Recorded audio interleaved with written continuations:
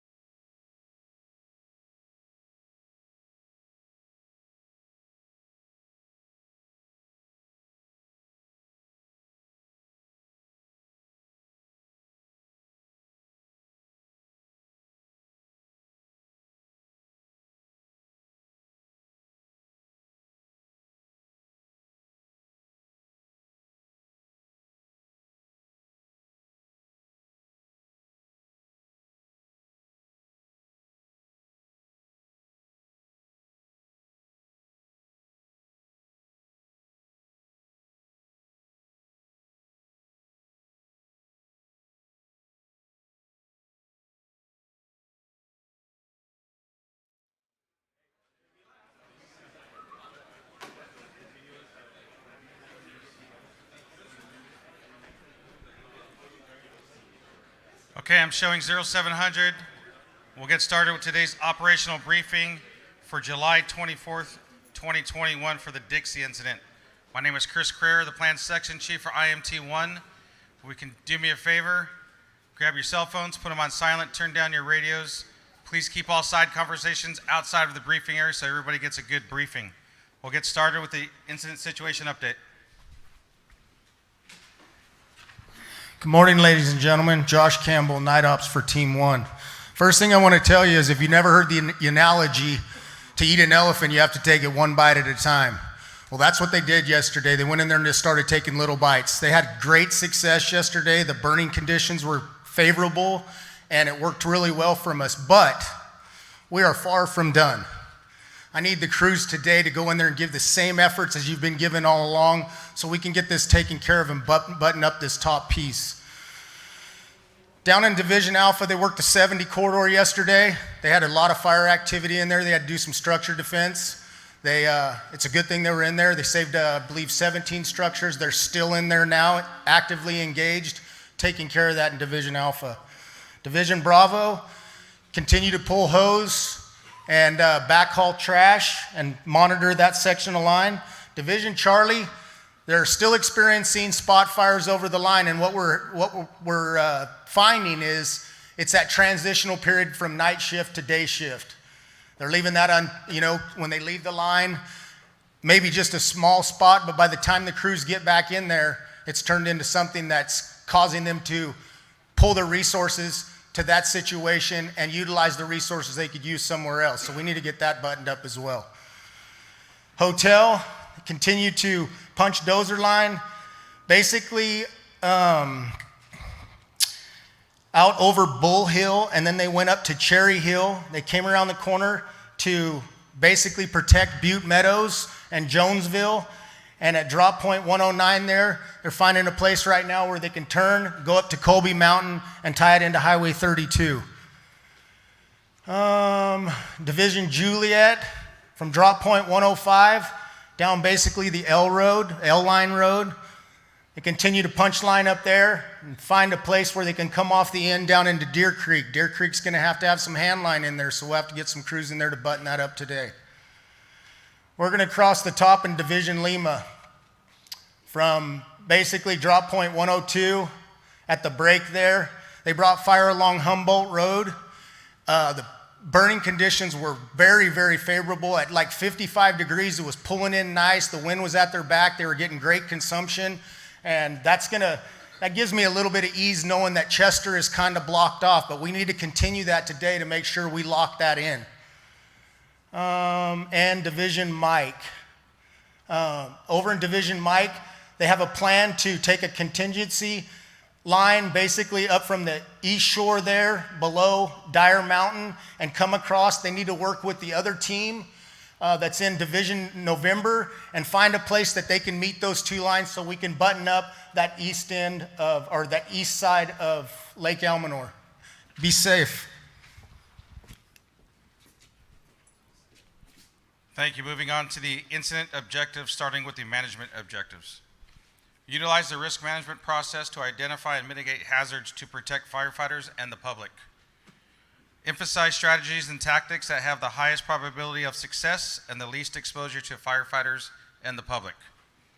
Develop strategies to protect life, property, communities, businesses, and infrastructure. Employ tactics that fulfill these strategies while being mindful of the necessity for contingency and emergency plans. Ensure strategies account for incident priorities, applying resources to those with the highest consequences first. Follow COVID-19 CDC and establish local, state, and federal guidance to limit the virus spread within the incident and the surrounding communities in the fire area. Provide for timely and continuous incident information to affected agency partners, cooperators, California Team 2, as well as the public. And maintain fiscal accountability and keep costs commensurate with values at risk.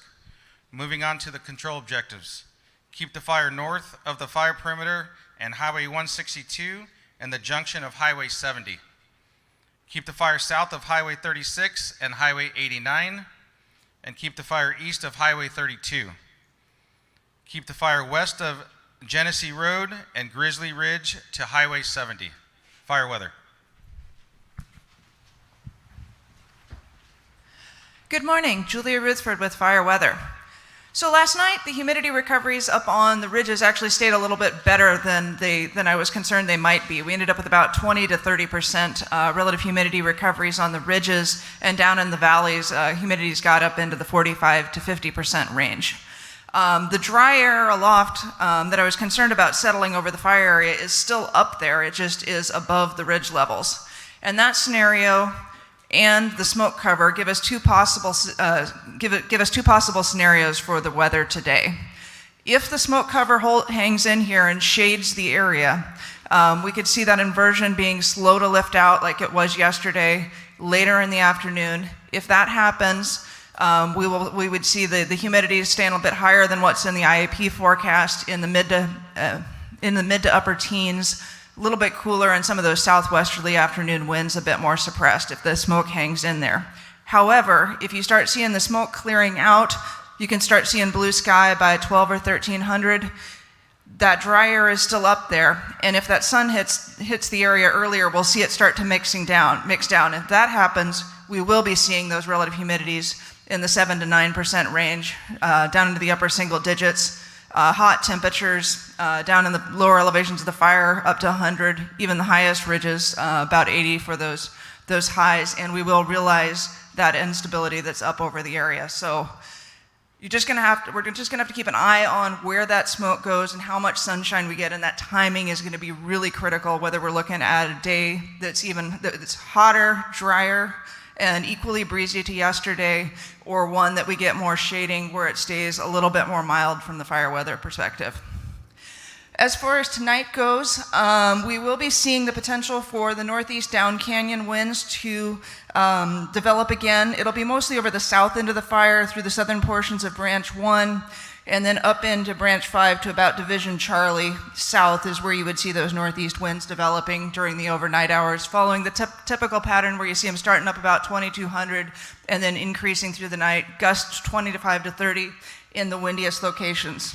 Those winds, however, will not be affecting the areas further north, especially as you get up into Branch 10. These are just going to follow the normal down drainage winds.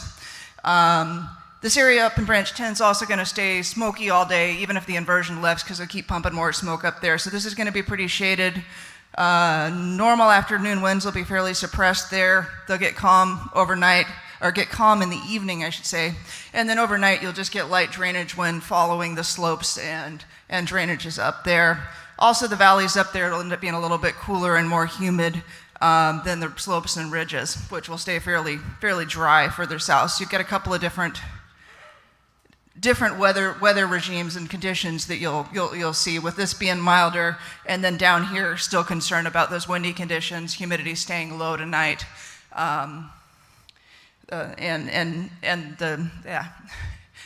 humidity staying low tonight combined with those winds further south, whereas it'll be cooler, generally cooler and a little bit moister further north. Have a safe shift. Fire behavior.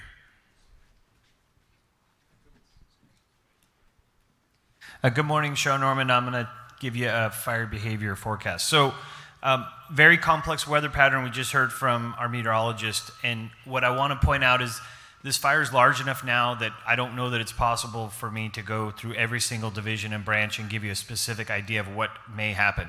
I want to talk about some general things, and it's a very close tie to what the meteorologist talked about. The first is smoke shading. So, as the fire gets larger and larger, the more smoke's produced, we have much greater effect from the shading. It lowers our fuel temperatures, which is a benefit to us from the perspective of it slows the burning conditions down. It hampers air operations, so that's going to be something that's going to impact you. The fire will still move underneath that shaded smoke. It just will not move as aggressively, but it'll take away that ability for you to use aircraft to gain an advantage.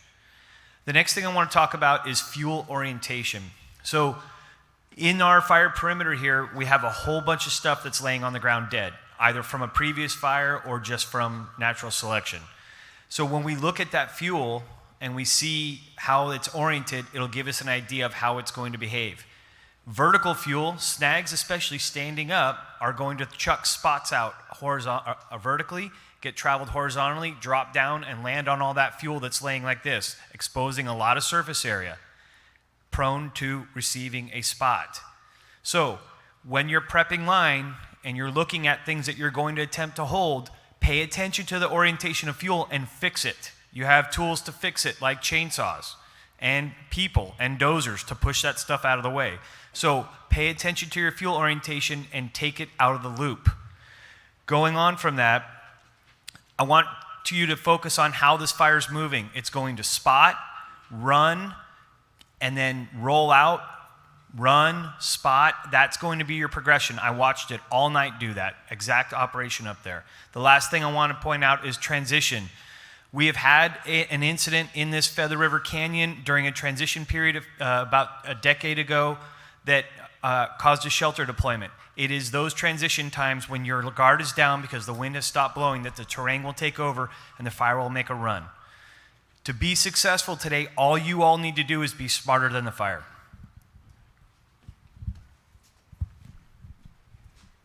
Operations with the work assignments. Good morning, Merrick Fields, operations for IMT1. Yes, we've got a big fire out here, but we're making progress on it. We've still got a lot of work in front of us, but we've got a solid plan, and we're going to pull that off in the next 4 or 5 days. A couple of things that are really important to me right now is the communication in Division Mike and Nora, and the communication down in Division Alpha and Zulu between our zone and the East zone.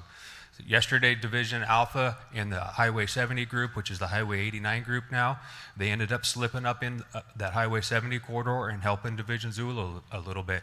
The key this morning is for those folks to go back in there and to be available to do that, but we have to have communications with those other zones and the other divisions over there. Same thing on that upper end. So for our work assignments today, down in Branch 1, continued mop up in around the structure, secure that line, get it pushed in so that it's going to hold. Moving up into Branch 5, we're still having problems in there in that Snow Meadows area. We're going to do a hot handoff on that line so that the resources that are going in there to that piece where we've been having those spot fires are going to sit in there until you get there. And then you guys, when you get relieved tomorrow morning, we'll be in there on that piece of line so that if we have any of those duffers that are right across the line, you're there and we can get it addressed before we've got that 2-hour window where there's nobody in there, because that's what's been killing us there. Moving up into Branch 10, we're going with a little bit bigger box. We've got a lot of indirect line that we're out there prepping. We've got a lot of work done on it yesterday. We've still got probably 2 days of work in there to get all of those lines prepped. The firing plans are going to be getting worked on in the next couple of days by our branches. We're going to have a rather large firing operation coming all the way around. Moving up into the top end of Branch 10, where we did a little bit of defensive firing the other day, we're starting to get some good depth in there. We have to have almost 2 miles of depth on our primary lines in order to keep the spots from killing us and spotting across our line. So have a safe shift. Branch and Division 204 roll call. Good morning, BJ Corey, Resource Unit Leader with Team 1. This will be the branch and division roll call for the West Zone, and we'll cover branches 1 and 5 here. So we'll get started with branch 1, Petro. Here. We have a ride-in for Alpha, and that's Lohan. Here. Division Bravo, Darrington. Here. Railroad group is to be determined. Highway 89 group, Wallen. Here. Branch 5, Engler. And Andres. Here. We have a change in leadership between Charlie and Hotel. Division Charlie will be Clellan. Here. And Hotel will be Mancebo. Here. And Coos Trainee.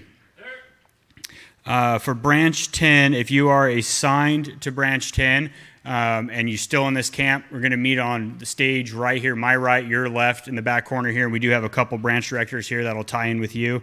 Branch 10, Dyer is up at the other camp, but Shalhoub, here. Novak, here. And Totashini. Here. And they'll come tie in with Branch 10 resources if you're still here. Thank you, everybody, and have a safe shift. Air operations. Good morning. Matt Hill, Air Operations, CAL FIRE Team 1. For fixed wing this morning, we'll have air attack and ASM along with 3 different tankers available depending on the air. For rotor wing, we have 20 Type 1 water droppers. We have 6 Type 2s and then 8 Type 3s. For night ALS hoist, we have guard 822, and for day hoist, we have 0 Delta Foxtrot. We have 2 UAS modules that are approved for the fire. And make sure that no one is flying a UAS or a drone without getting AirOps approval. Please monitor air-to-ground command for divisions and above and air-to-ground TAC for everyone else. And make sure that you guys got your head on a swivel and don't base your plan on air operations. Have a safe shift. Communications.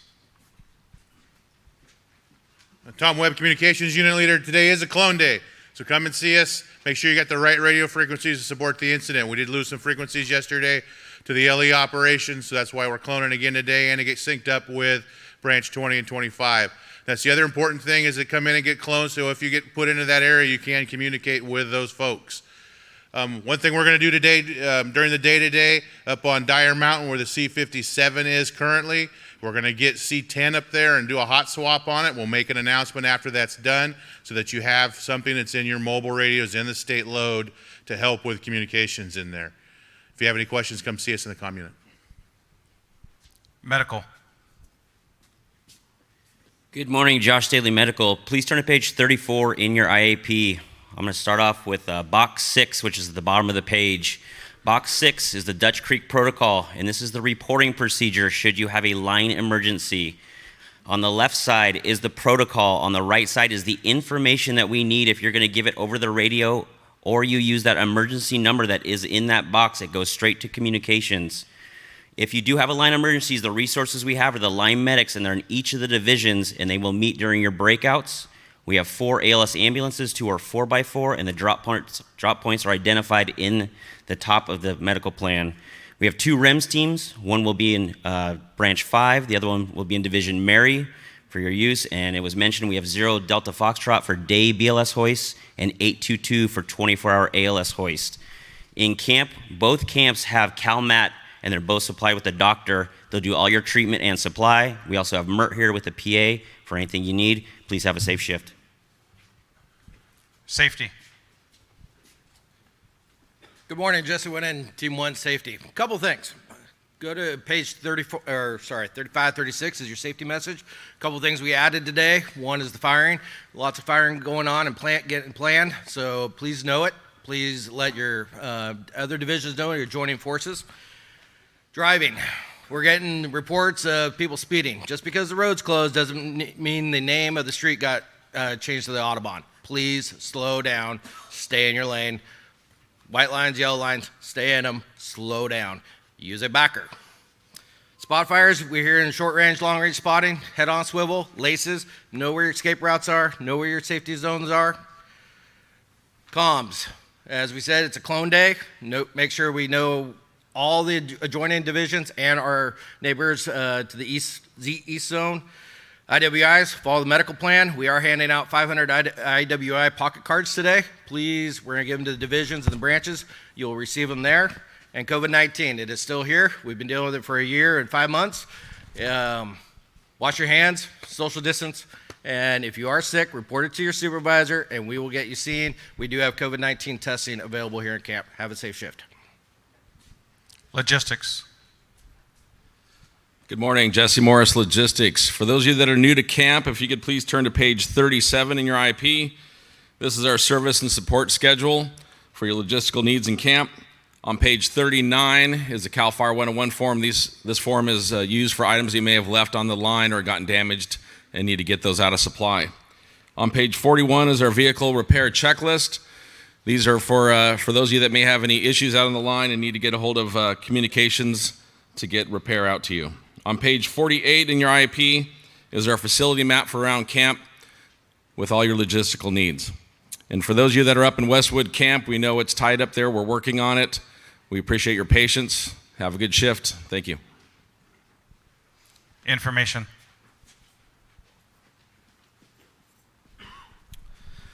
Good morning. My name is Chris Bruno. I'm the Information Officer Trainee on Incident Management Team 1. If you turn to page 42, I have some updated numbers for you. The Dixie incident is currently 181,289 acres, 19% containment, and we currently have 4,266 personnel on this incident. Below, you'll see the social media policies for both federal and CAL FIRE. Also on this page, you'll see the current incident information update QR, as well as the nightly Zoom meeting that is at 7 o'clock p.m. Thank you. Liaison officer. Good morning, Nate Armstrong, Liaison Trainee for CAL FIRE Incident Management Team 1. Local government resources. We know that crew swap time is rapidly approaching. If you're going to have those needs, please communicate them to the OES rep early so they can make sure that you're taken care of.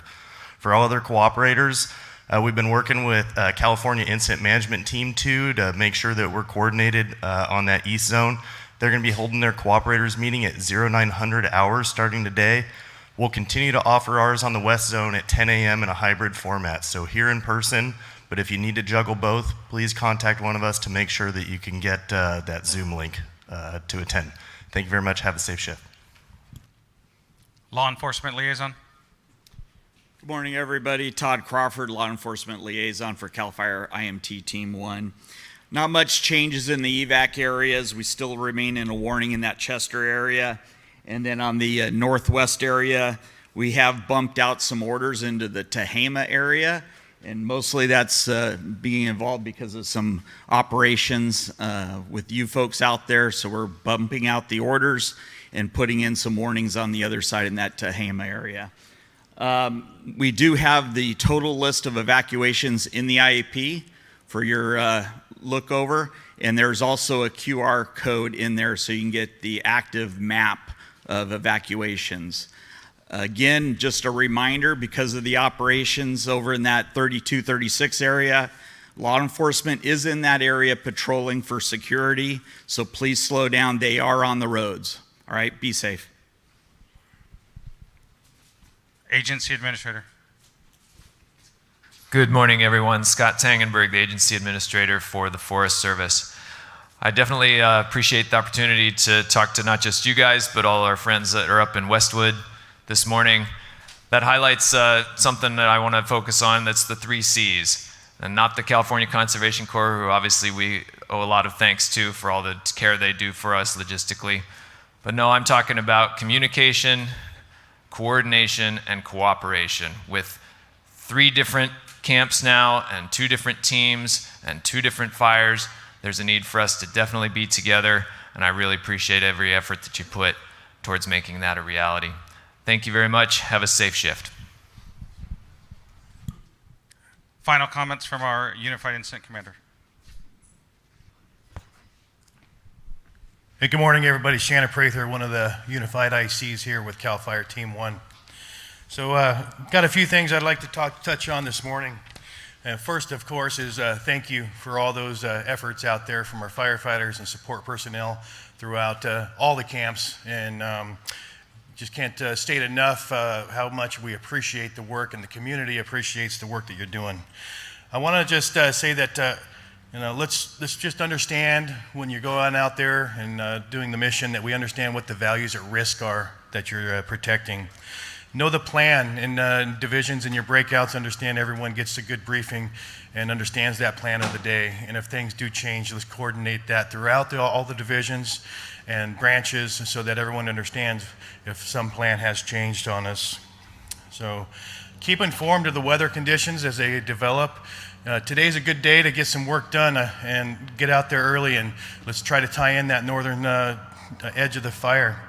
And of course, always coordinate across all the camps and divisions as we move into different operational periods. So thank you, and have a safe shift, and please come back at the end of the shift safe.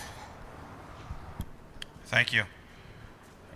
Okay, unassigned resources. Where you picked up your IEPs, go check in with unassigned resources. Stand by before you start moving so I can give you your breakout locations. As mentioned earlier, if you are assigned to branch 10 or are currently here, tie in with branch to stage right, your left. So stage left, your right, starting with division Alpha, Bravo, Railroad, along the back gate there, Highway 89. Division Charlie here to my right, your left, and then Hotel. For the Westwood breakouts, stage left, starting with Juliet, moving to Lima, Mike, and then the contingency groups for West and North. Have a great shift. Turn on your phones and your radios.